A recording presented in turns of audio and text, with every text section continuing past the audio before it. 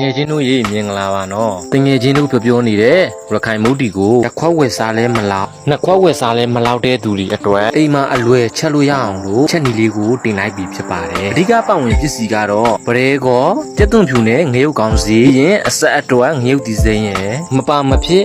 တဲ့စင်းစံငပိကိုကြီးအနှဲငယ်ထည့်ပြီးကြိုထားတာလေးရဲ့ဦးလီမိုးကတော့ငချင်းကိုပြုတ်ပြီးအယူထုတ်ထားတာဖြစ်ပါတယ်ငချင်းကိုမသုံးမဲနဲ့ချက်သားနဲ့ပစုံကိုလည်းထည့်သုံးနိုင်ပါတယ်ကြီးကို3လီတာလောက်ထည့်ပြီးပွက်စုနေအောင်တည်ပြီးရင်ညနေကြိုထားတဲ့စင်းစံငပိကိုထည့်မှာဖြစ်ပါတယ်ပြီးရင်တော့ဘရဲကောနဲ့ငရုတ်ကောင်းစီကိုထောင်းထားတာလေးကိုထည့်ပြီးရတာတော့အချုံမုတ်လေးအနှဲငယ်နဲ့စာလေးအနှဲငယ်သာထည့်ထားတာဖြစ်ပါတယ်ပြီးရင်ငါးပြုတ်ကလေးကိုဦးလီမိုးထည့်ပြီးဖြစ်ပါတယ်